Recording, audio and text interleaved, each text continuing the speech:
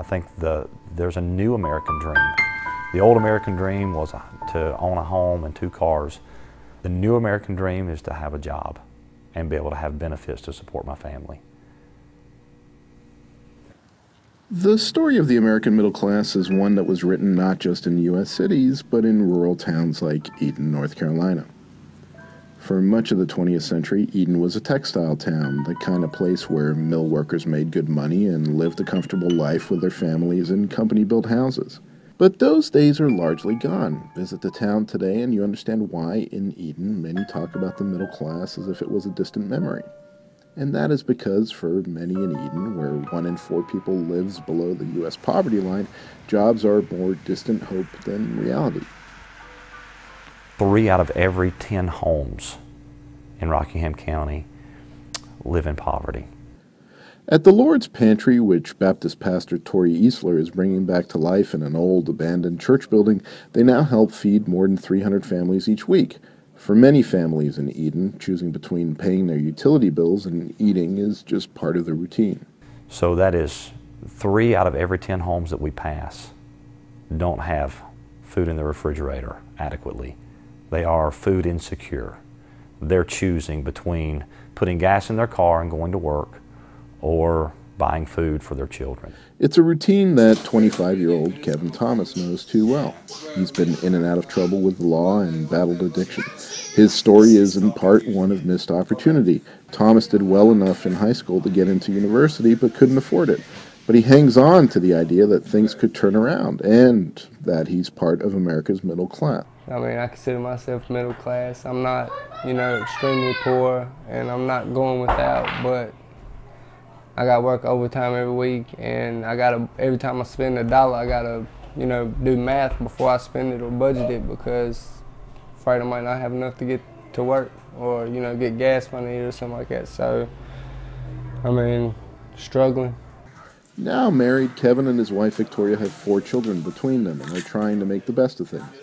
Kevin has what he considers to be a good job. He works at a tile store for $13 an hour plus benefits, including a retirement account and medical insurance for his family. But were it not for the subsidized rent he receives thanks to the Lord's Pantry, he and his children would be out on the street.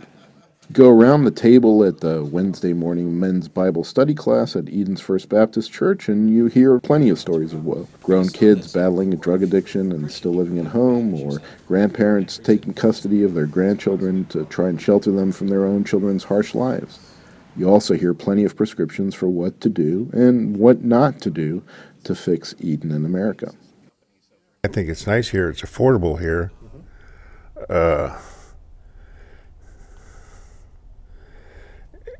Will it ever sustain $12, $14, $15 an hour jobs in the long term? I'm not sure with that.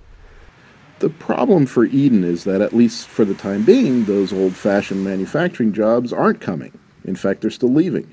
Beer giant Miller Coors announced earlier this year that it would be shutting down its massive brewery on the outskirts of Eden by September next year, with the loss of more than 500 jobs.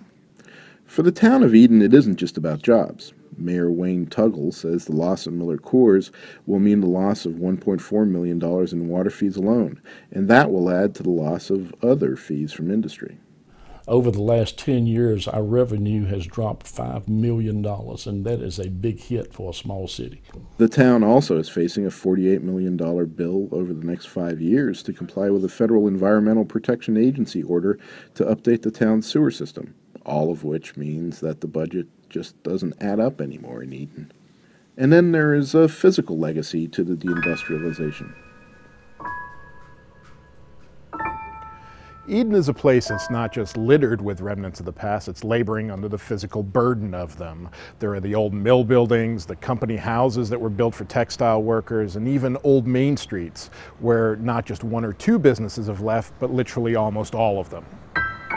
And that brings up a very real question about where Eden's future lies in a U.S. economy where education, skills, and infrastructure are all prized and the competition is intense.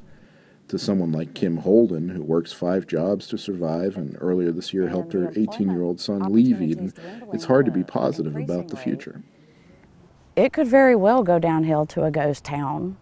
maybe a retirement type community, you know, for someone who likes little small towns, but even then, the people here will still probably struggle. Spend any amount of time in a place like Eden, you're left with one big question. America is full of Edens, and yet, what's their future? Shawn Donnan, Financial Times, Eden, North Carolina.